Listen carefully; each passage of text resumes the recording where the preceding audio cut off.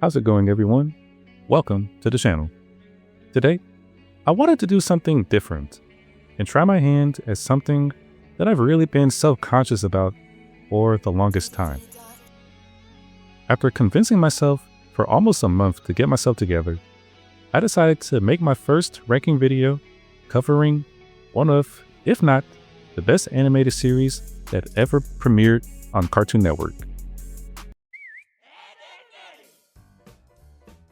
Created by Danny Antonucci, after he was dared to make a children's cartoon, he came up with the idea while designing a commercial, drawing inspiration from his own life and experiences growing up in an immigrant family. Initially, he pitched the series to Nickelodeon, but they refused to give him creative control. He then pitched the idea to Cartoon Network, and the rest is history.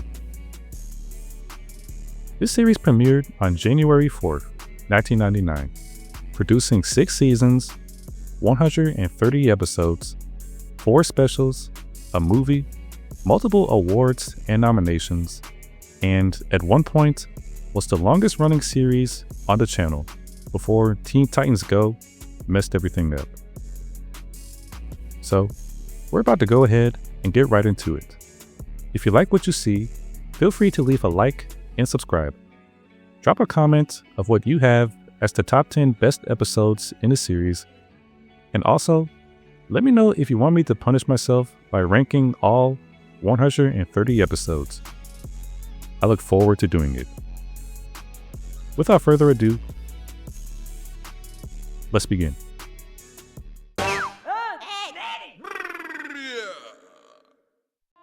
Weren't we just here? I think Ed just flashed us backwards or something.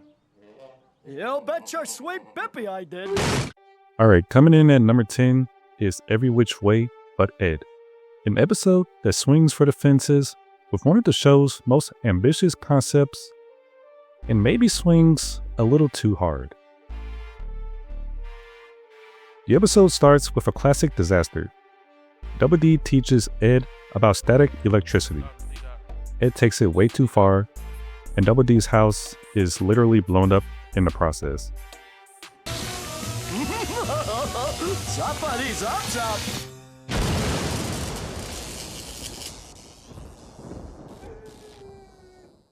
When Eddie shows up with a jawbreaker that he scammed from Johnny, he launches into a flashback to explain how he got it, only for things to spiral completely out of control. Do tell, Eddie! How did you do it? Easy. I was walking home from school after my detention, of course, when I spot Baldy coming out of the candy store. What starts as an Eddie story quickly becomes everyone else's. Johnny hijacks the memory about how Plank got brain damaged. Then Kevin remembers when Naz was chubby. Then Rolf gets one reminiscing flashback of his days back in the old country. The moment that the Eds show up in Rolf's flashback, they come to the realization that they're physically stuck inside of him, constantly hijacked by someone else's memory. The deeper they fall into the past, the more the episode leans into pure absurdity. We were standing next to a hole in the wall, right after a bag. Boom, remember?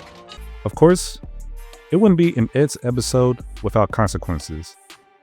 One wrong flashback sends them straight to the scam that destroyed Jimmy's teeth, followed immediately by the terrifying realization that Sarah is about to unleash violence. Panic sets in, memories overlap, and Ed, proving once again that he has superpowers, realizes that he can actually run through memories, accidentally rewinds time so far back to when the Eds all first met for the first time. Away! Face-sucking bowling ball! Hey, Lumpy's got it right. He's rewinding us back to the start. Yes, well, just mind your speed, Ed. Speed, Ed! That's me! Wait! That final payoff is what really saves this episode. Watching the Eds accidentally recreate the moment they became friends, only for Eddie to be eaten again, is both hilarious and weirdly poetic. In your head, bucko! Yum! What the? Good Lord, I'm going to be ill. Remember something stupid, remember! While it doesn't have the exact same weight as some of the higher ranking episodes, Every Which Way by Ed earns this spot for its creativity alone. It's fast, absurd, and packed with callbacks, making it a wild experience in storytelling, especially during the twilight years of the series in Season 5. A messy memory maze, a hilarious concept, and a perfect example of how Edd'n Eddy was never afraid to get weird.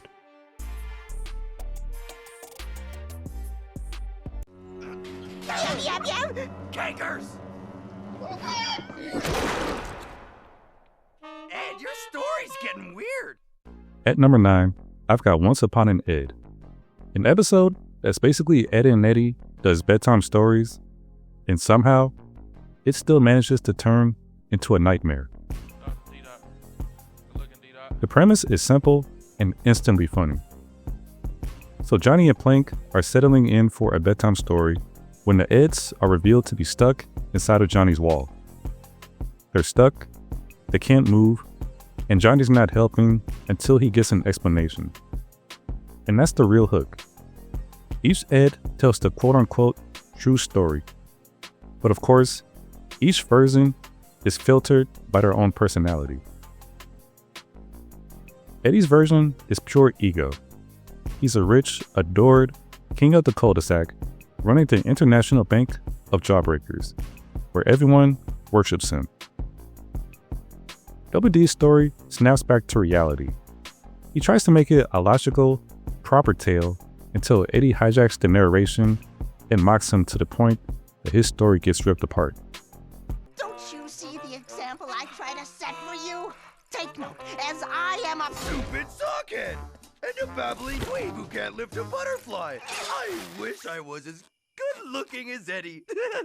boy, this story stinks. It's actually a good joke when you really sit back and think about it. Even in Double D's imagination, he still can't control them. And then, Ed takes over. And this is where the episode becomes legendary. In his story, the Kanker sisters mutate into giant monsters, causing mayhem in the cul-de-sac. And Ed flies Eddie and Double D away to safety, eventually ending up stuffing them in a little hole, which is how they ended up in Johnny's wall. And stuck in your wall we are. The end. Gracious, Ed, what an enchanted world you live in. It's one of the funniest uses of perspectives that the show ever did. Ed isn't just telling a story, but the show is revealing his brain. Everything is extreme, monstrous, and romantic in the weirdest way possible. Johnny falls asleep from Ed's story, and then the Kankers show up anyway and drag the Eds out through the wall, one by one, for some smooching time. Come to Mama! Johnny, help! Pickle, pickles. No, stop, wait! Not only was this episode funny, but this is a showcase of how each Ed's brain works, with a killer framing device and an ending that's equal parts hilarious and terrifying. Double D! Eddie! No time, Ed! Jawbreakers! Help me!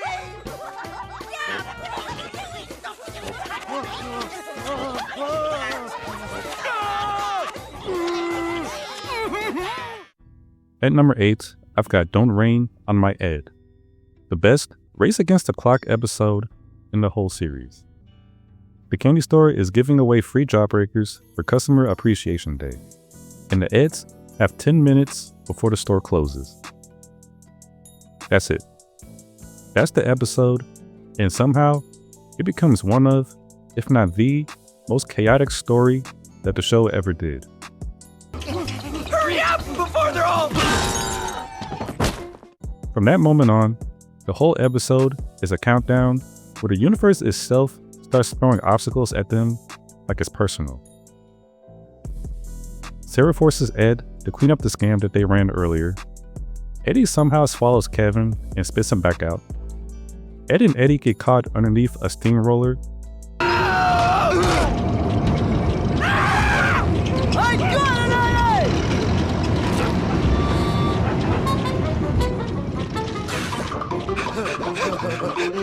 The cankers grabbing a hold of Double D, Gankers!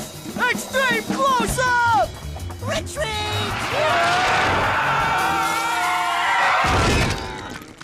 and Eddie getting strung up after Kevin dropped a piano on him. The final stretch is pure madness. A thunderstorm rolls in out of nowhere. Ed literally becomes the team's anchor against the hurricane-force winds. And just as soon as they're about to reach the store, Rolf shows up running a chicken drive. And Ed dives straight into it because that's what Ed does. That's exactly what he does. Don't look at him, Ed! Ed, what are you doing? Wait! Meanwhile, Double D is drowning in poultry, yelling for help. And Eddie has the biggest decision of the entire episode. Save his friend or grab a free jawbreaker. Daddy! Help me! I'm submerged in the preponderance of poultry! Daddy! And Eddie chooses the jawbreaker only for the store to close the moment he decides to make that decision. And that ending is perfect.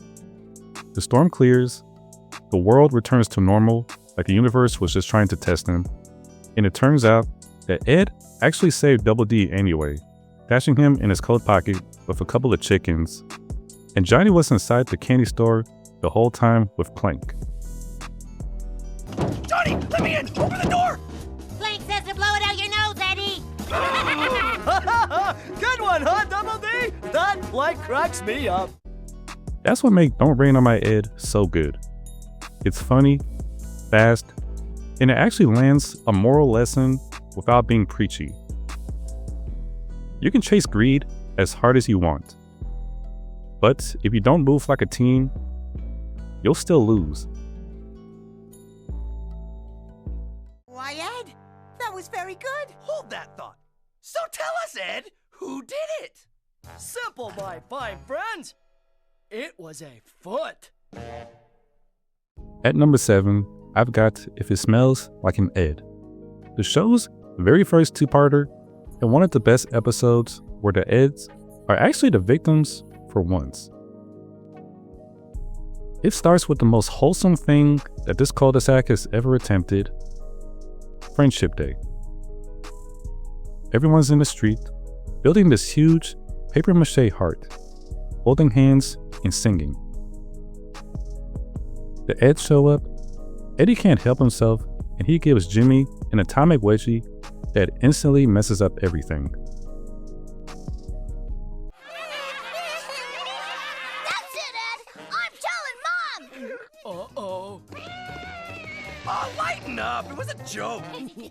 Seconds later, a string of evidence appears. A missing paintbrush, Plank's mouth wiped off, and a hockey stick through the heart with Eddie's name written on the stick. The kids are convinced that the Eds ruined everything, but eventually, they find a red boot print and spend the whole first half of the episode going into detective mode trying to match it. To the victor, the spoils will smell. Let's find our rat, Ed!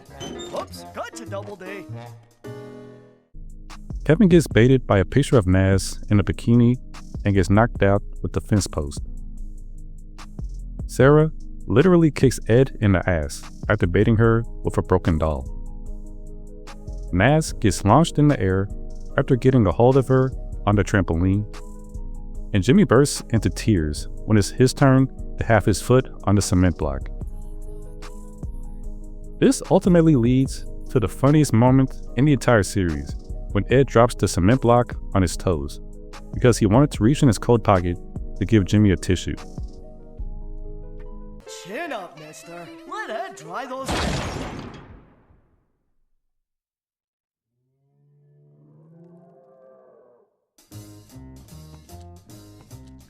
I should have all the feeling back in my feet after this word from our sponsor, Double D. Cursed broadcast commercialism. The second part is where everything goes from bad to worse. They find Johnny tied up, gagged, covered in jujubes. And the worst part, the Eds are standing there messing with him when the other kids show up. So now it looks like they did everything. Now it's a full chase. And Double D finds a line of jujubes leading to an abandoned shack, which obviously looks like a trap. I fell. Hey, check it out! I bet they're in that shed!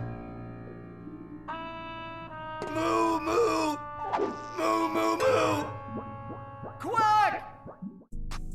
Inside, the silhouette looks like Rolf. And for a second, you actually believe it, until the lights flip on, and it's the Canker sisters. So the Eds have to choose. Angry kids outside, or the Cankers inside. They choose the kids. And honestly, that tells you everything.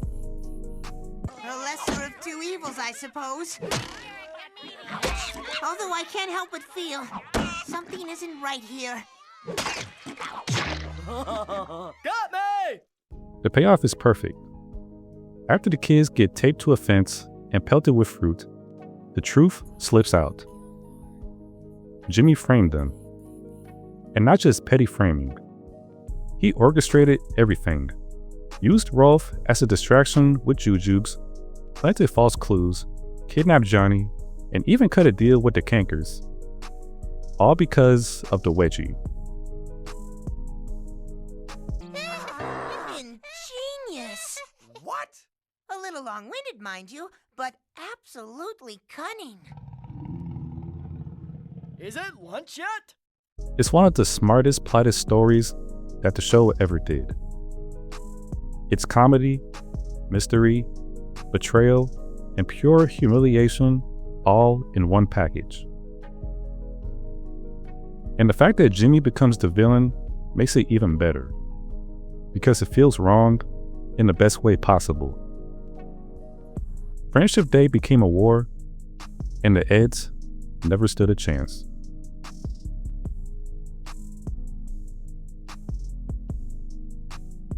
Have a seat, front row center to the greatest show on earth!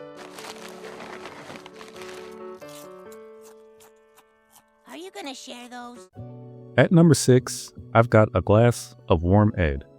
One of the grossest ideas that the show ever committed to.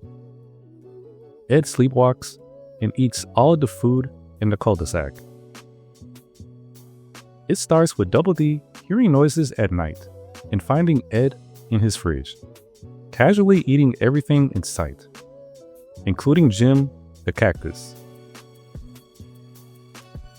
Ed sleepwalks out the window with an armload of groceries, so Double D wakes Eddie and they follow the trail like it's a crime scene. Ed was in my house, my kitchen, my refrigerator. Not that it's any different than any other day, but well, it was late, you see, and I usually like to get 8 hours of sleep. But Ed was eating, has taken all my food. I asked him, talked to him, but no reaction. He just kept eating. Do you hear me, Eddie? Ed is sleepwalking.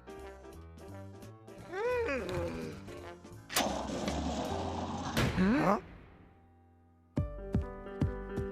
What's he doing with all my food? Ed is like a swarm of locusts ready to purge the cul-de-sac and all its good people of their food.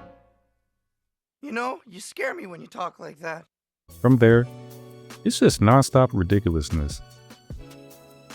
Ed raids house after house, stealing food from everyone, even eating Naz's cucumber slices, and eventually accidentally swallowing Jimmy and spitting him back out like nothing happened. Eddie treats the whole thing like it's entertainment, while Double D is terrified, as he should be. Eddie? What?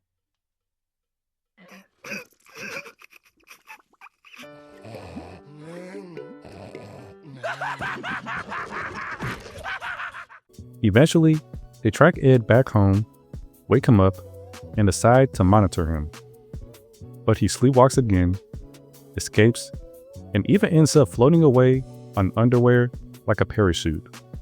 which might just be the funniest moment in the episode. The best part is the payoff. Double D finally lures him back home using the smell of his shoes, and in the morning, Eddie turns this whole thing into a scam. It's wrong.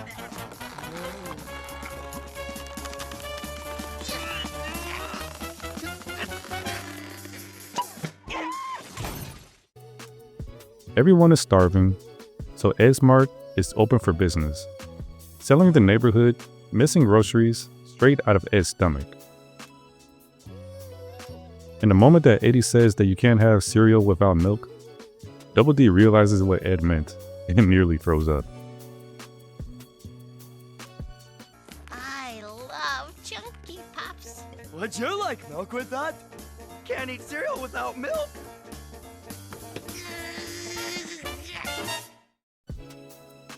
This episode is peak Season 1 chaos.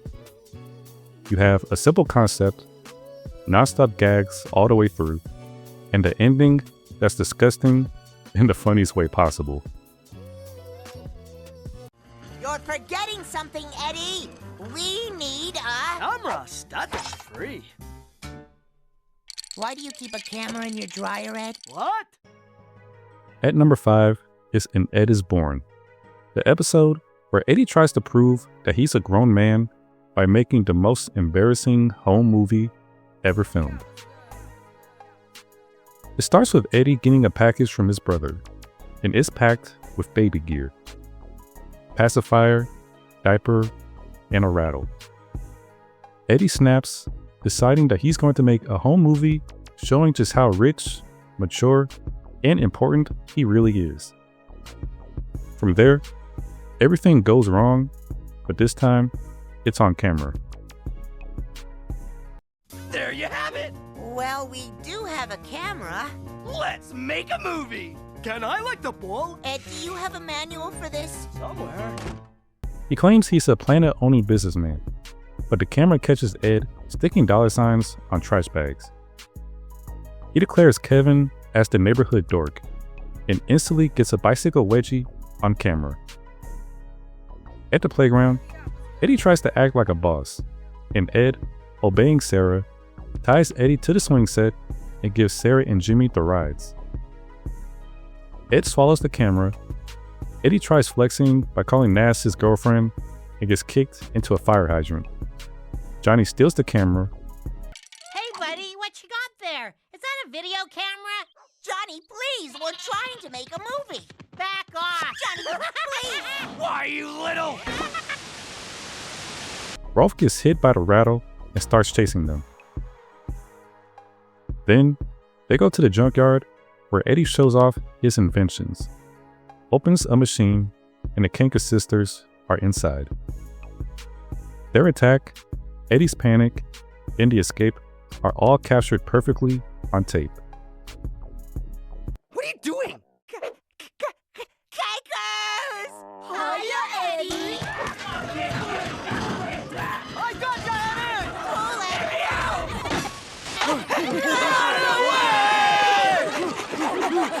We know where you live! Help me! The finale is the best. So Eddie stages a big shot party for his brother, except the kids are just cardboard cutouts mounted on Rolf's stolen chickens. Rolf walks in, gets his face signed, realizes his chickens are stolen again, thinks the camera is stealing his soul, and goes berserk while the camera keeps rolling until the batteries die. Go away, don't touch me!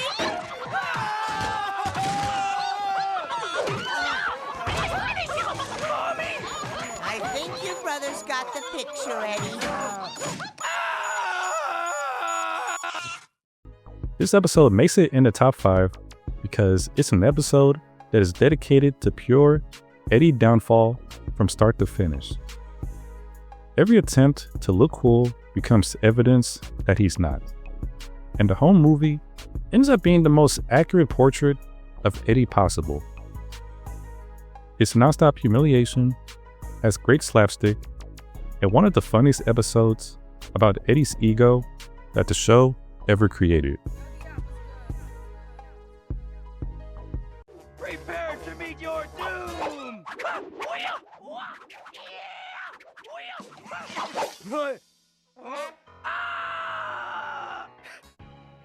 At number 4 is Dawn of the Eds, the episode where the Eds crash a bike into the junkyard and convince themselves that they are space outlaws stranded on a robot planet. The Eds start off dumpster diving for bottles so that they can cash them in for jawbreaker money, using Ed like a deep sea diver with plastic wrap and a snorkel. It's already chaotic, but the real plot kicks in when Ed sees the Robot Rebel Ranch poster and realizes that it's for adults only. He spirals, so Eddie suggests that they'll cash the bottles in, get ticket money, and find a way into the theater. Don't sweat it, guys. Where there's a will, there's a scam. The first thing we do is cash in these babies for ticket money. Onward, space flunkies! And this is where the episode turns brilliant. Ed starts narrating the movie plot while they're riding a bike, and his imagination becomes the episode's reality, because they ride straight into the junkyard, wreck the bike, and genuinely believe that they've crash-landed on a frozen robot planet. From there, the junkyard becomes their entire sci-fi world. They claim a shaggy retro van as central command. They play laser gun warfare with trash weapons, literal trash weapons. Ed rescues Kevin from the Canker Sisters, and Double D attempts to build a prototype rocket to escape. 3, 2, 1, ignition!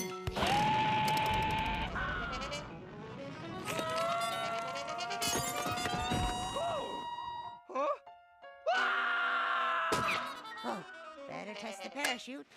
Well, at least that worked.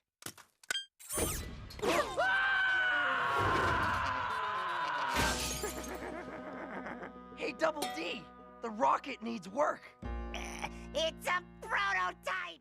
The funniest part is the final battle, where the Eds dramatically ambush the quote-unquote robots, only for it to be Sarah and Jimmy getting pelted by cans. Sarah ends the fantasy instantly by ordering Ed to come home for dinner, and Double D and Eddie leave because they're hungry. Ed is still in the junkyard narrating like this is the final scene of a space epic, only for Double D and Eddie having to drag him back while he still thinks he's being betrayed by his comrades, with Eddie ending the episode perfectly. Would he ever get off the robot planet? Would he ever get home? Would he? Oh no! Betrayed by his own comrades! Ed, shut up.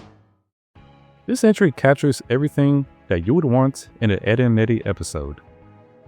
One crash, and Ed's imagination turns a simple movie trip into a full sci-fi adventure. The movie parody, the junkyard planet, and Ed's non-stop storytelling makes it one of the funniest episodes of season 1.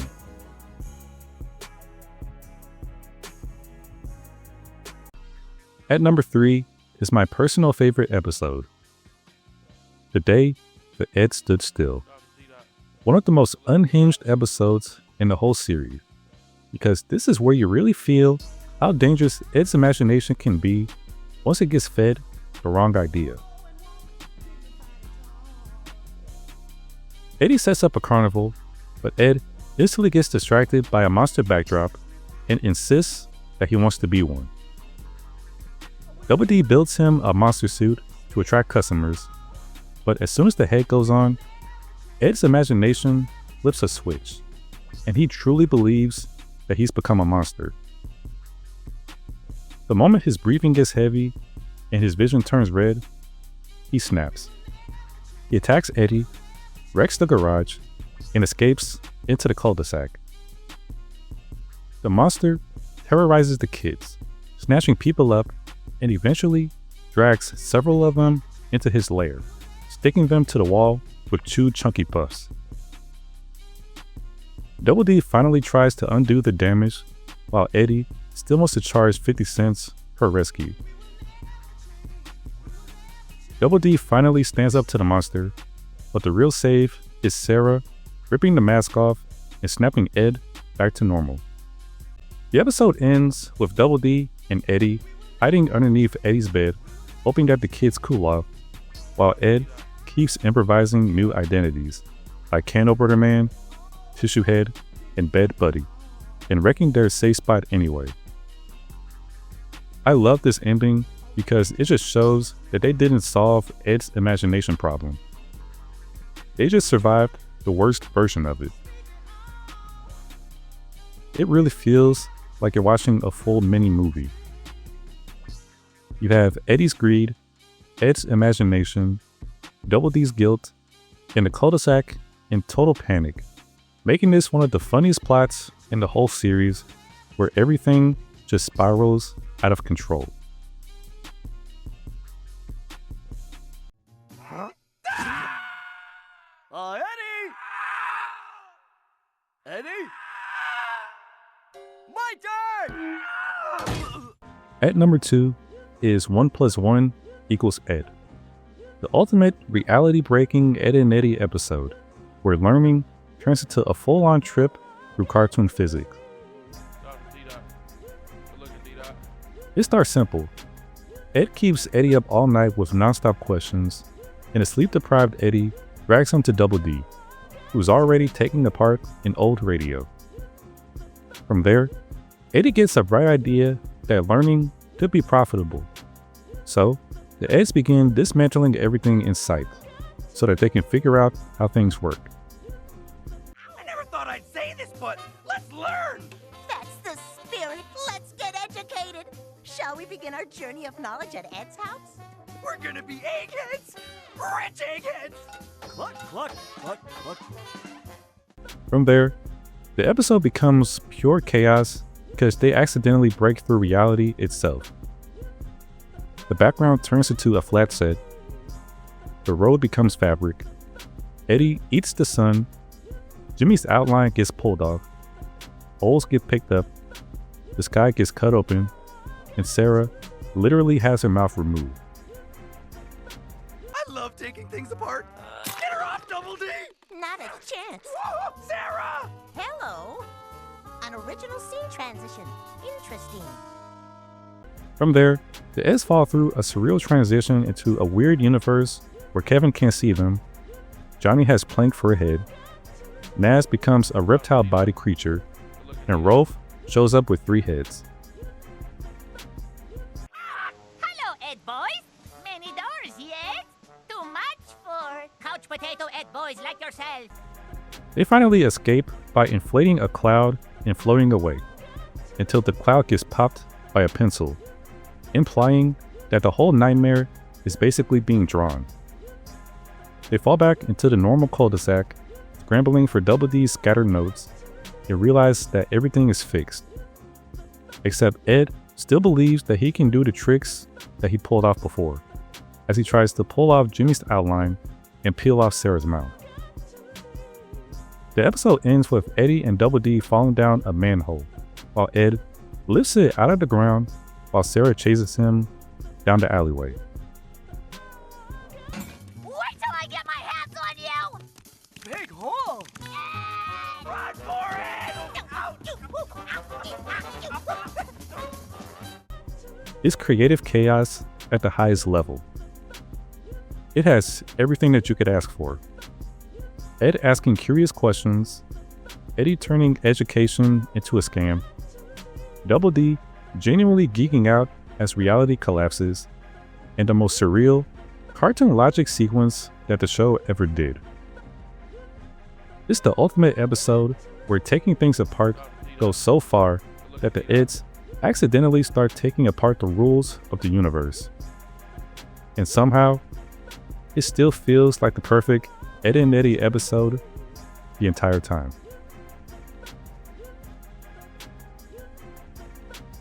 Okay, I dare you, Eddie, to sprout the wings of a bat and stomp like a a zombie while whistling row, row, row your boat to a car wash.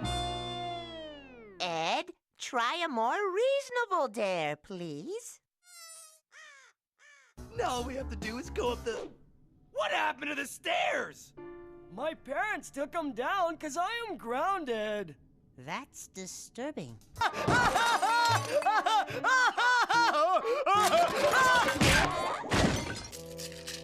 heaven's sakes, Eddie, control yourself! Excuse me, Ed. Table for two! This is the part where we'll be torn to pieces, stuffed into ice cube trays, and frozen and used to cool their drinks. Non-alcoholic, I hope. You sent a canker packing?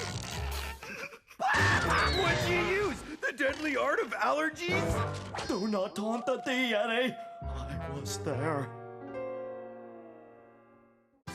And at number 1 is A Fistful of Ed, the final 2-part episode of the series where Double D accidentally becomes the school's tough guy and spends the entire episode trying to prove that he's not a bully. It starts with the Happy Cluckers Club tending their eggs when the kangaroos storm in, ready to cook them. Double D tries to reason with Lee using a huge book about egg hatcheries and drops it on her foot. Hey, what's your game, mister? Your klutzel boyfriend clobbered my foot, that's what! Lee, I do apologize. It was an accident. I bet! Come on, May. Let's get Lee to the school nurse. The kids interpret it as Double D destroying Lee, and rumors explode. That alone is enough to make everyone look at him differently. Then it gets worse. Heaven so good boy! Rolf requires your assistance! Might you have a spare writing stick? Rolf's has been reduced to that at the size of a baby's bazoo! Why, of course I do, Rolf. And Double D slips, foot launches into him, and the pencils pin him to a locker. The whole school panics, and Eddie instantly realizes that he can make a profit off of Double D's reputation. Double D is falling down the deep dark crack between the couch pillows of life, Eddie, slipping through the fuzz of our belly button existence. Foraging. We're gonna roll this dump, Ed! At lunch, he keeps trying to fix things peacefully, but every attempt becomes another disaster. Like when he accidentally blasts Johnny into Marie during an argument over pie. Everyone is terrified, including Ed, who finally tells Double D that they can't be friends anymore. That's the emotional gut punch of part 1.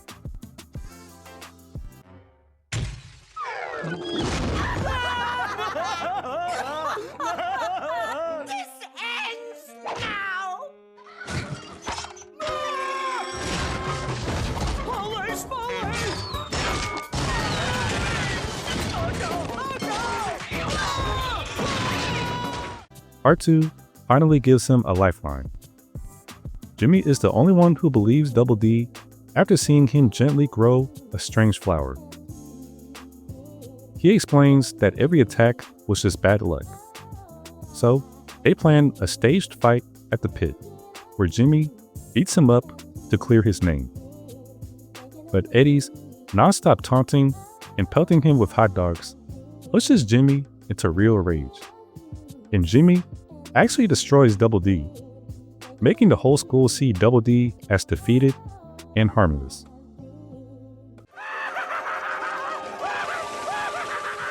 Jimmy, are you okay?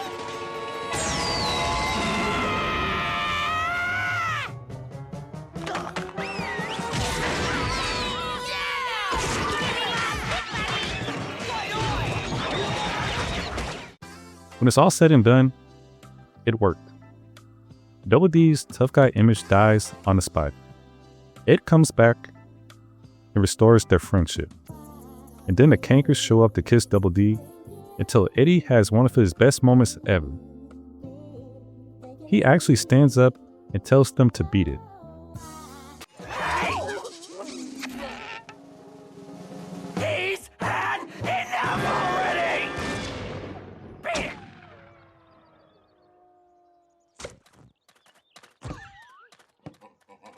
one, Eddie. Vultures. They leave. Double D is touched. Eddie shuts him up with a hot dog. The end. For an episode that was intended to be the series finale, they definitely had something special with this one. Unlike some other episodes that will remain nameless. And for your ad, Eddie? Eddie, I thought that was my hot dog. Thank you, Eddie. There! Is everybody happy? Good. Gee. It's hilarious, chaotic, and surprisingly emotional. Double D suffers an entire identity crisis. Ed and Double D's friendship actually breaks, and the ending still manages to feel like a genuine win for Edd'n Eddy.